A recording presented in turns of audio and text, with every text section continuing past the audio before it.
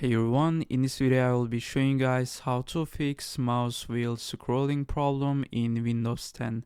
So it's gonna be really basic. Just go to your start and then in here you can just type control panel and then click on the first option in here, and then in this tab you will see view by, so you can just click on here and then make it large icons and then click on mouse.